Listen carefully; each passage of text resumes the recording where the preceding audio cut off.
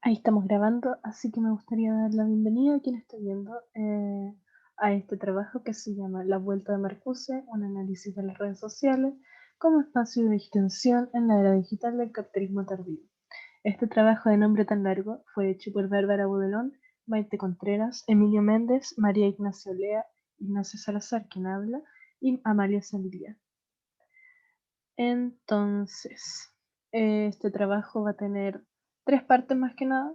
Si quisiera se podrían contar cuatro, pero tienen que ver una con la justificación del trabajo y marco conceptual, donde se estará explicando por qué se hace el ejercicio que se está realizando aquí y se esclarece el aparataje conceptual con el que vamos a estar trabajando durante el trabajo, porque después viene una aplicación al mundo de las redes sociales y luego viene un ejemplo en el que se parte desde un capítulo de Black Mirror para poder explicar todo lo que se está hablando. Entonces, de partida, ¿por qué hacer este trabajo? No es simplemente hacer este trabajo por hacerlo, sino que para nuestro gusto hay distintas razones.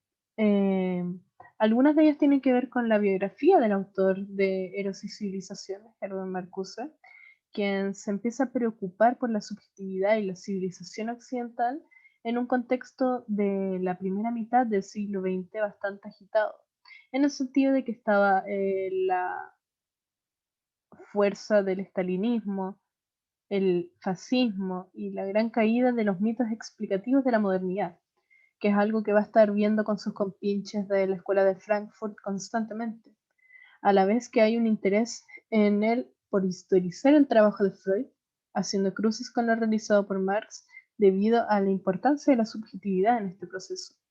Ahora bien, ¿por qué es importante hablar de estas cosas como lo son la subjetividad y todo esto y este contexto? Resulta que igual venimos de un proceso aquí en Latinoamérica donde Chile, Bolivia, Perú hace poco tuvieron distintos jornadas de protesta y manifestaciones contra un modelo que se creía que era la solución. O por ejemplo, la misma elección de Alberto Fernández en Argentina también habla de una vuelta hacia otro lado que no sea el neoliberalismo, que es el gran factor que ha explicado desde los 90 cómo se vive en América Latina.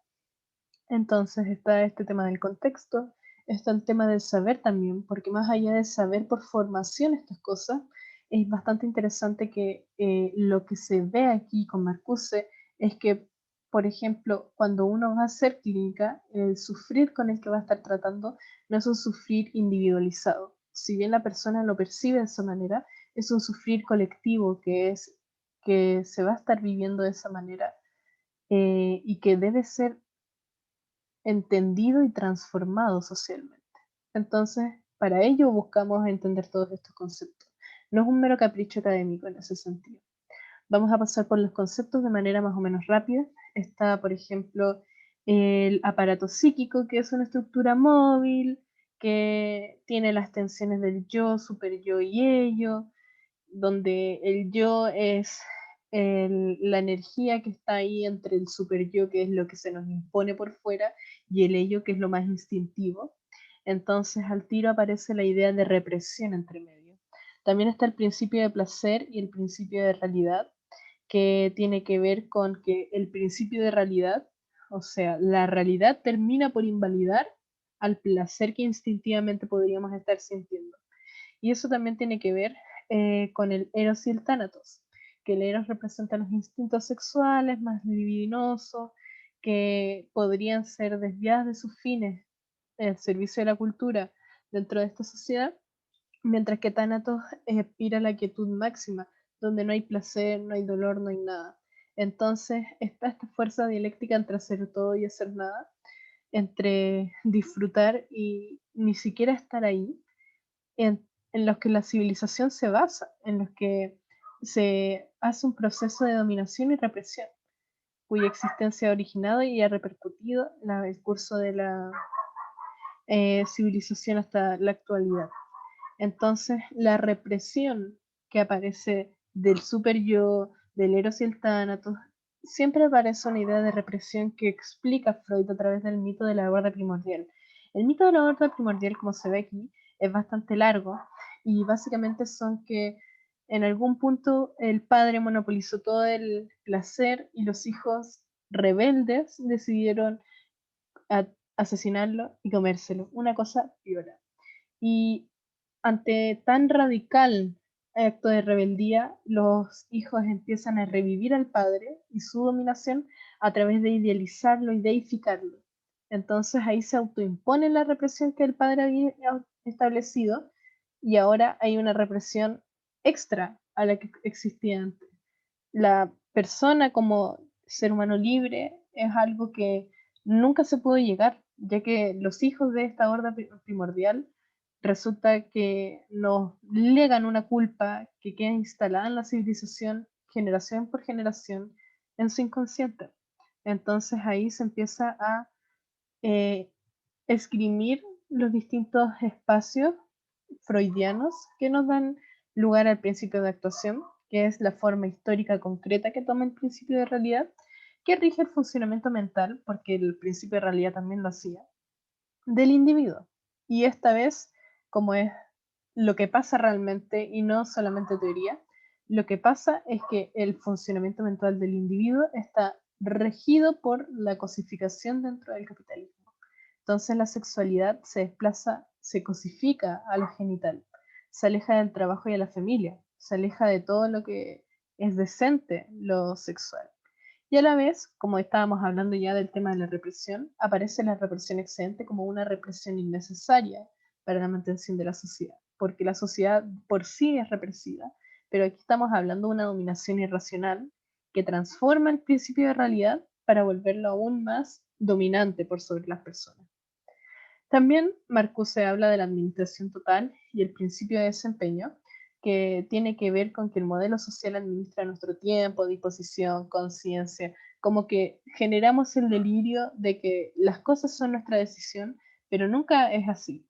Y a la vez está el principio de desempeño, que es la disposición y disciplinamiento para el trabajo constante. Estás siempre listo para trabajar, si te llaman tú vas y el trabajo impera por todo lo demás.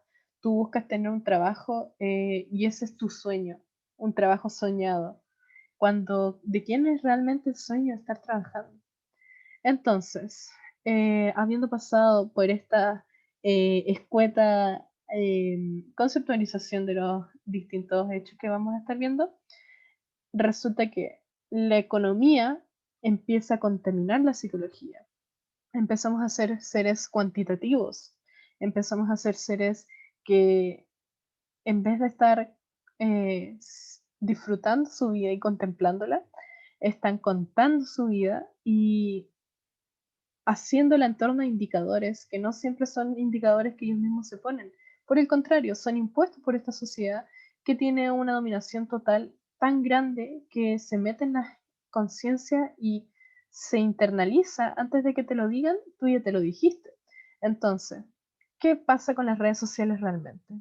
Resulta que el principio de actuación, esto que estábamos hablando de la vida enajenada, la libido desviada, es algo que se ve bastante en las redes sociales en el sentido de que al usar redes sociales se deja de lado la vida que se merece o o que gustaría vivir, ya que se proyecta la vida en los demás a la vez que se consume.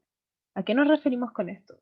Cuando uno está en redes sociales, la vida que uno ve no es la vida de la otra persona en su totalidad, pero uno igual está proyectándose ahí, sobre todo si es un influencer. Yo estoy viajando con él al sudeste asiático a hacer un montón de cosas que no sirven de nada, pero ahí estoy. Y estoy consumiendo los productos que él consume, estoy siendo producto y a la vez estoy siendo consumo. Entonces es un juego ahí dialéctico que es bastante interesante y que puede ser leído bajo el principio de actuación dentro de las redes sociales. A la vez que el tiempo de ocio em, es bastante político por todos lados donde se quiera mirar. Aquí tengo un par de autores que les dejamos, pero el celular básicamente adelgaza la línea que separa el ocio del trabajo. Ahora se está en una dinámica de consumo todo el rato y la dominación ejercida es cada vez más racional, efectiva y productiva. Esto nos puede recordar un poco a la doble tesis de la dialéctica del iluminismo de la ilustración, de uno de los compinches, un par de los compinches de Herbert Marcuse en la Escuela de Frankfurt, que son Horkheimer y Adorno, quienes escriben que el mundo va siendo cada vez tan racional que nosotros racionalizamos el mundo y el mundo nos racionaliza de vuelta como venganza. Cada vez vamos siendo en esta búsqueda implacable por el desarrollo técnico, nosotros nos racionalizamos y nos vaciamos a nosotros mismos de contenido. Y eso es lo que se ve en redes sociales, que se promueven cánones de belleza, por ejemplo, donde hay un modelo dominante y el cuerpo se vuelve un bien de consumo. Nuestro cuerpo con el que habitamos el mundo ya no puede ser habitado en libertad, sino que es racionalizado con el conjunto del mundo. Y esto es lo que estamos viendo más o menos en Black Mirror. Ahora, 15 Million Birds es un capítulo de Black Mirror que habla de este hombre de aquí, Bing, que vive como en un cuarto donde todo es pantalla y está todo el día pedaleando. ¿Por qué? Porque se accede al valor de intercambio, como el dinero mágico de ahí son los méritos. Y si se llegara a tener 15 millones de méritos, podría ir a un reality show llamado Hot Shot, que le permitiría escapar de esta realidad, tener ventanas, no tener que seguir trabajando pedaleando, porque la idea del pedaleo constante en esta serie, o sea, en este capítulo, es que a través del pedaleo se va generando electricidad. Entonces aquí vemos distintos conceptos que son bastante interesantes porque de partida está el tema de la administración total y que los personajes trabajan mientras consumen diversos programas, o sea, van manejando esta bicicleta todo el rato, una bicicleta estática, mientras van viendo programas. Y estos programas vienen con publicidad, si tú cierras los ojos en la publicidad te empieza a sonar un pito que te obliga a ver todo esto. Entonces es similar a lo que pasa hoy día con el celular, en el sentido de que cuando tú estás en un break y tomas tu celular, es súper interesante que el celular en cualquier momento puede ser dejado de lado y mantenerse fuera de tu productividad. Y cuando yo ocupo ese celular en pos de hacer otras cosas, siento culpa. Mucha gente ha dicho que el celular pasa a ser una prótesis moderna. Y eso sería bastante interesante por la dominación del cuerpo que existe en la modernidad. En ese sentido, ahora que hablamos de cuerpo y esas cosas, está también dentro del capítulo el hecho de que Bing conoce a una niña llamada Abby. Y ahí como que surge una necesidad o nace un vínculo entre ellos, que es algo que no había existido antes. Entonces resulta que la interacción entre ellos está prohibida y el consumo de porno, por otro lado, es facilitado, cosa que es muy extraña, porque se trabaja para acceder al placer, pero solo al que está permitido, solo el placer permitido por el poder. Y también hay una interiorización de la dominación en la compliance, que es un juego de palabras entre cap y compliance, que es la sumisión, que es el control normativo. Entonces, así nos encontramos finalmente con que ya, como que este chico conoce a esta chica, se enamoran, cosas heterosexuales, y resulta que hay represión excedente en el sentido de que cuando el amigo va a Hotshot, como que le dejan hacer su show, le dejan hacer su rebelión, porque el sistema es tan poderoso que puede permitirse una pequeña rebelión, que puede permitirse un espacio de dominación. Y la amiga que había ido a ese concurso, de este reality, termina siendo parte de como una chica porno, una cosa así. Y esto habla de nuevo de la dominación y cosificación del cuerpo, sobre todo el cuerpo femenino, en donde el patriarcado y las expresiones cis hetero de la dominación masculina siempre terminan imponiéndose a través de estas nuevas tecnologías. Se genera culpa en Abby a la vez que existe dominación, entonces ahí hay un juego y una tensión entre la dominación y la culpa bastante interesante. Entonces concluimos más o menos que en este trabajo se hizo un marco conceptual, que aquí vimos rápidamente, se hizo una aplicación en la cotidianidad en la que se pudo ver que el celular, las distintas tecnologías en general, eh, nos hacen ser personas que están ahí más dominadas, y también se aplicó a un capítulo de Black Mirror. Finalmente, esto puede tener relación, no sé, por ejemplo, la segunda parte, que me parece que es más órfica, eh, órfica narcisista, resulta que tiene relación con el segundo Heidegger, que habla de la serenidad, tiene relación esta primera parte con Byung-Chul Han hablando de psicopolítica, pero nosotros no queremos quedarnos en una nube académica hablando de puros autores que nadie lee, porque lo importante de hacer este ejercicio es tener lentes para poder mirar estas situaciones y transformarlas de algún modo.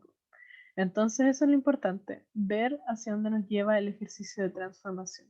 Eso ha sido nuestro trabajo. Muchas gracias por escucharnos. Esperamos que esté muy bueno. Lo hicimos con mucho amor.